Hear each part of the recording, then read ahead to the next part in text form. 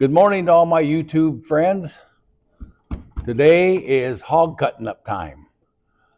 We butchered it 2 days ago, have it in a cooler. Today we're going to cut it up. And I just want to tell you this ain't FDA approved, but we get everything cut up to what we like. We get our pork chops and we get our roast and we cut our pork hocks off. I'll smoke them later, but we're going to do the best we can. Come along with us. Folks, the last time we took a fat hog in, about, I don't know, 250, 260, that's probably what he weighed. We had one slab of bacon smoked. That's all we had smoked. The pork hocks, I did them myself. And that hog ended up costing us $350. Well, we have all the stuff to do all of our butchering with. We got a U.S. Berkel Meat Saw. We got commercial grinders. We got everything we need. We got a tenderizer. We got a food saver. So we thought, we're not paying $350 a hog to have it cut up. So we're going to do the best we can. Once again, we're not experts, but I think I can show you some cuts that we do that will be recognizable by the public.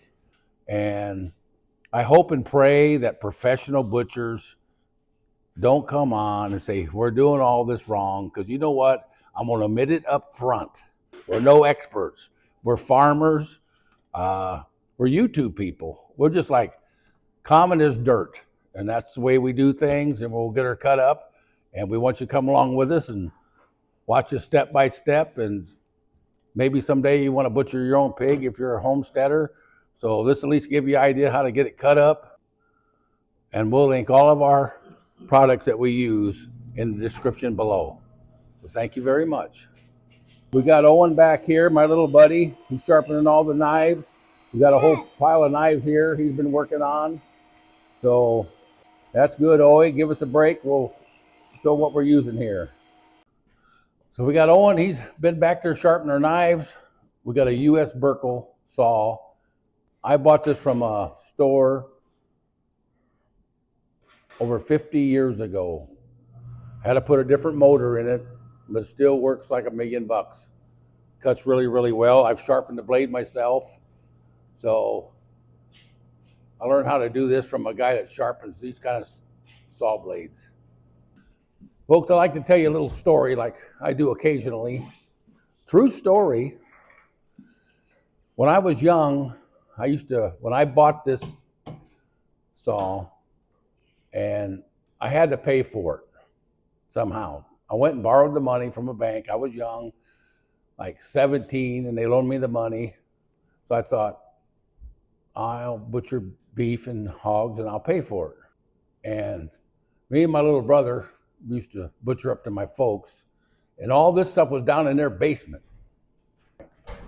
So what we'd do, we'd pull this beef up in a tree, we'd clean him, gut him, cut him all the way down with an old-time meat saw. That's all we had. And then we would lay, like, when we got ready to carry him down the basement after he cooled off for 5 or 6 days, we lay plastic on the ground, and I'd have my brother back the truck up, let the beef down, and I would get behind it and grab it, and I would walk forward, and it'd start draping over my shoulder, and then I would tell him to cut the leg off so we would be disconnected from the single tree that was holding him up. Of course, the other beef, we already had him partly on the ground, so it wasn't near as much weight. So when we cut it, it would fall down, but we had plastic underneath it. But I would take that half a beef, carry it about 100 feet down to the entrance of the basement, carry it down the basement steps, throw it up on the table, and I'd cut him up. Well, let me tell you what happened the other day. Of course, now we're talking 50-some years later. Me and my son-in-law hung 2 hogs separately. We put 2 winches up. Electric winches really work nice.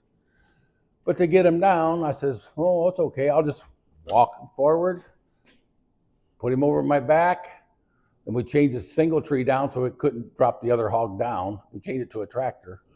I just told him to cut the leg off, and I'd carry it over to the truck. He cut the leg off, but when he did, my knees buckled like 6 inches, and it was muddy where we was working, so we sunk down that deep. And I thought, my God, how did this hog get to weighing twice as much as that beef that I used to carry 50-some years ago? Because this hog only weighed about 240 pounds when he was alive. So it told me right there that when you get 70, don't be carrying half a beefs around. Now I think a real good load for me is like 3 T-bones and a sirloin. That's about all I want to carry at one time. So I'm not carrying no more half a hogs, I can tell you that. Well, folks, we come over to the neighbors. He let us use our cooler, his cooler for our hogs. It was a little too warm to hang them outside. Normally we just leave them hang outside, but we had a chance to get them butchered. He had a cooler, let us borrow that for a couple days, so that's what we're doing. We'll show you the inside of it here. Here they are. This hog here is half Kune Kune and half Hereford.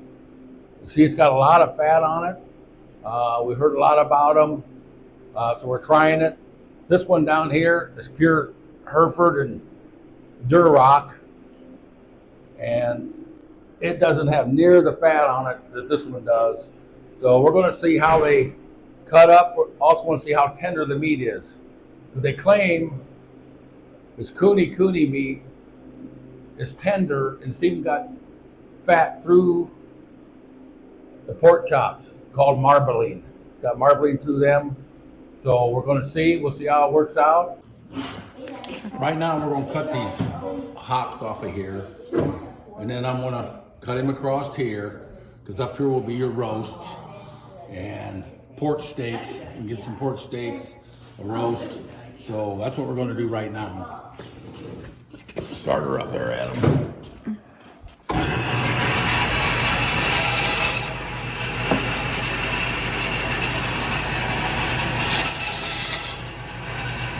One more, get my there you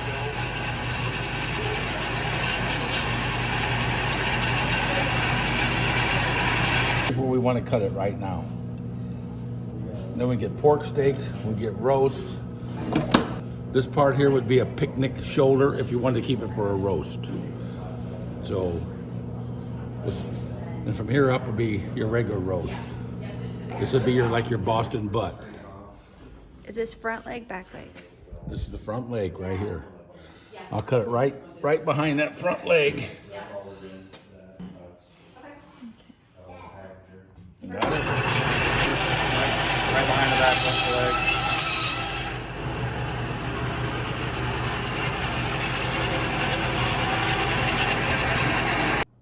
You notice how fast and easy this blade cut through here.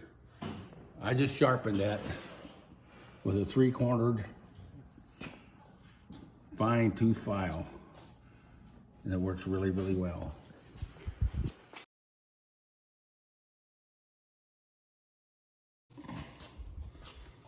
These are pork steak, but I don't know how big to make these.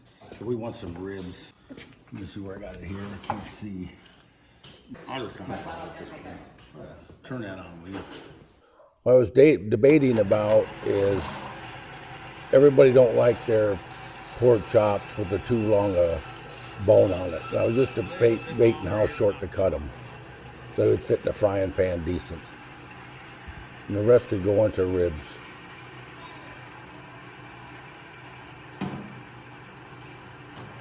Now let's cut the pork steak.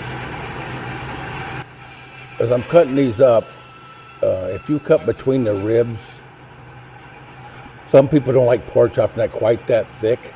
So some you might have to actually hit a bone, because some people don't like pork chops as thick as in between their ribs. So I'm just kind of doing about a 3/4 inch cut. That's what Adam kind of wanted, so that's what we're shooting for. This here will be like your sirloin pork chop. Them the ones nobody likes. I do. Do you like them? Them are Adam.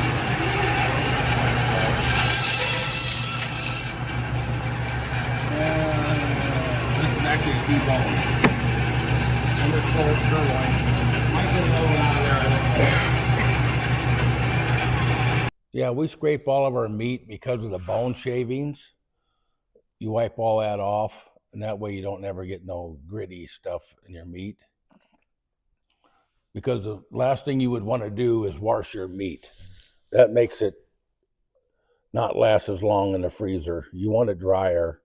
You just want to scrape all the bone fragments off, get all them off, and then you're good to go. We got Owen there. He's helping us out. It's kind of funny about Owen right here. When they made him quit using his big butcher knife, had to go to a butter knife, he quit on us. He didn't like that much. He said, I can use the back of my hunting knife, but they wouldn't let him do it. They're afraid he'd get cut, so he quit on us. So what we're doing now is we're just taking the side meat off the ribs, and that we'll use for bacon. We'll smoke that, and but we like to leave a little meat on the ribs as much as I can. But the rest of them just go into smoked bacon. There's your ribs.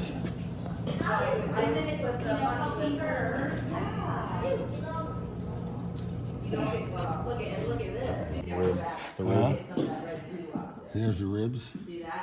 There's a rib. These are your spare ribs. I can cut them with a knife, I think. You can leave the ribs whole, but we're cutting them up just we can wrap them better.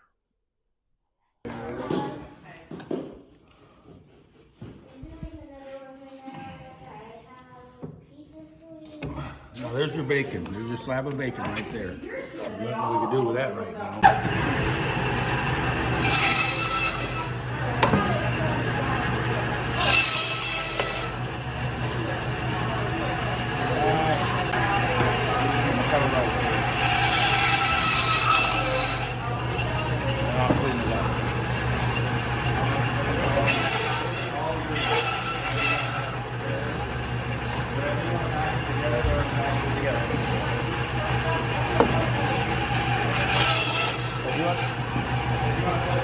That's a nice looking roast, ain't it? Huh? The pork roast. Adam took over the trimming, and all the trimmings, he cuts everything off the bone. That'll all go into ground pork.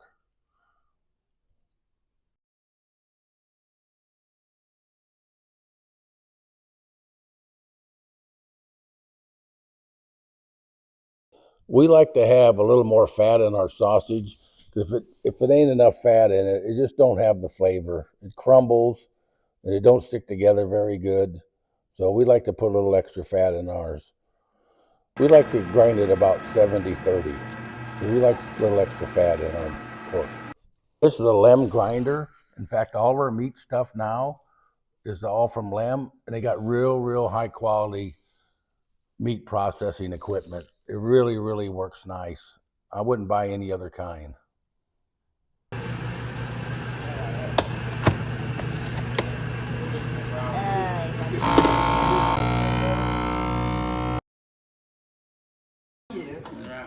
I'll take it. I would.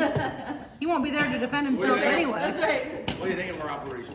I love this operation. It ain't fancy, but it works. It's pretty fancy to me. Better than outside. Yeah. We could be outside in 20 degree weather Yeah. doing this. This is amazing. One thing I enjoy about butchering is everybody gets together. The family all comes together. We had the neighbor lady come over. They received a hog. We butchered one for them, one for us. And the whole family just had a good time. It's just a nice gathering. Everybody's happy, having fun. And that's what it's all about. The whole family coming together, the little kids helping. Ella was sealing everything. Owen was sharpening knives and scraping meat. It just was a wonderful day. Ella's been doing a beautiful job of doing this. And you know, when you vacuum pack this meat, we've had pork up to 2 years. It was still good. Otherwise, 6-8 months, and it's already getting frostbit and ruined. So it's very important if you want to keep your meat to vacuum pack it. Dad, you almost have anything ready for us. That's a rear-wheel drive. This is the hind leg. We're gonna cut the pork hocks off. We'll get a couple of them sirloin chops off of this. And then the rest we're gonna slice up and just tenderize it. Take the bone out, we'll just tenderize it. So it'll look like this when we're done. At the store? This hind leg, that's what they call a ham, because it's a fresh ham that ain't smoked. So that's why we tenderize it. And if you want to dip them in egg, then crackers, fry them, you got just like they're like eating tenderloins.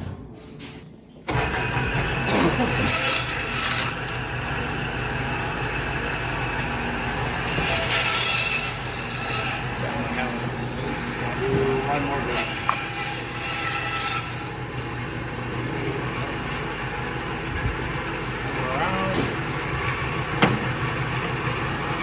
Sirloin. We'll get a few sirloins off right now.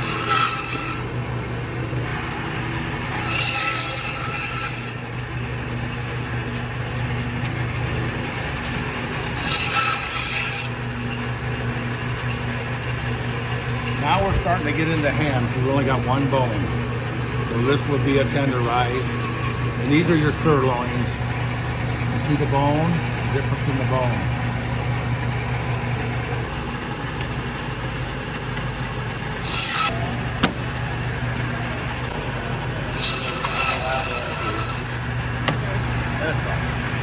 You see, that's all ham now. Here's your ham bone. We tenderize these ham steaks. If you don't, they're very tough and very dry. But if you tenderize them, I do it in both directions. So that way you always got really tender meat to eat. Now what Owen is doing right now, he's sharpening knives up again. They're getting a little dull. So he's getting good at it. He's a big helper, boy. He's got this knife so sharp, you could shave 7 sleeping mice and never wake a one of them. Good job, Owen.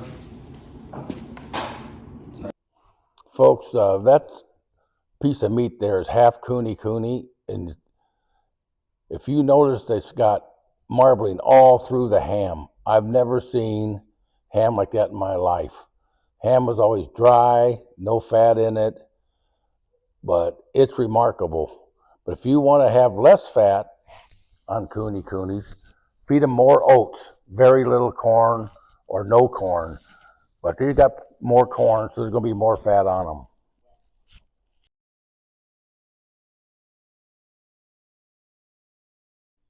This is a nice picture of Ella and Owen working together. That's what's nice about bringing the family together. Everybody works together. Everybody's got a job to do, and everybody does a really, really nice job. They're all ready to go and get her done.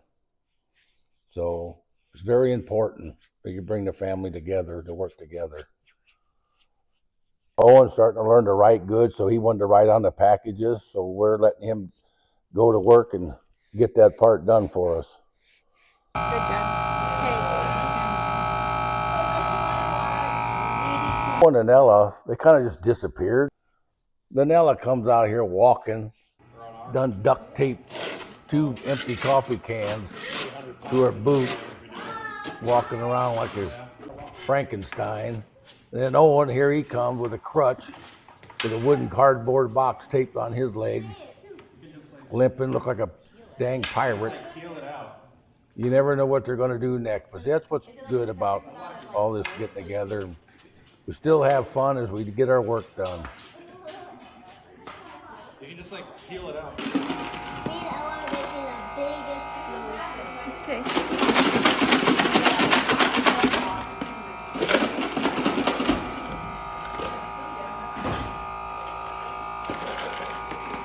Well, folks, this is the end of our video.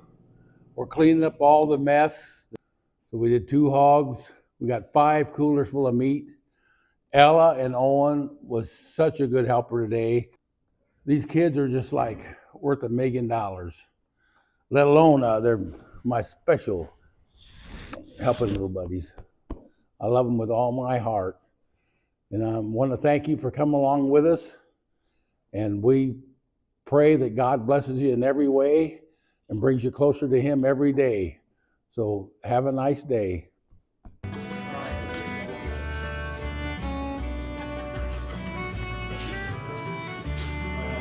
Yes,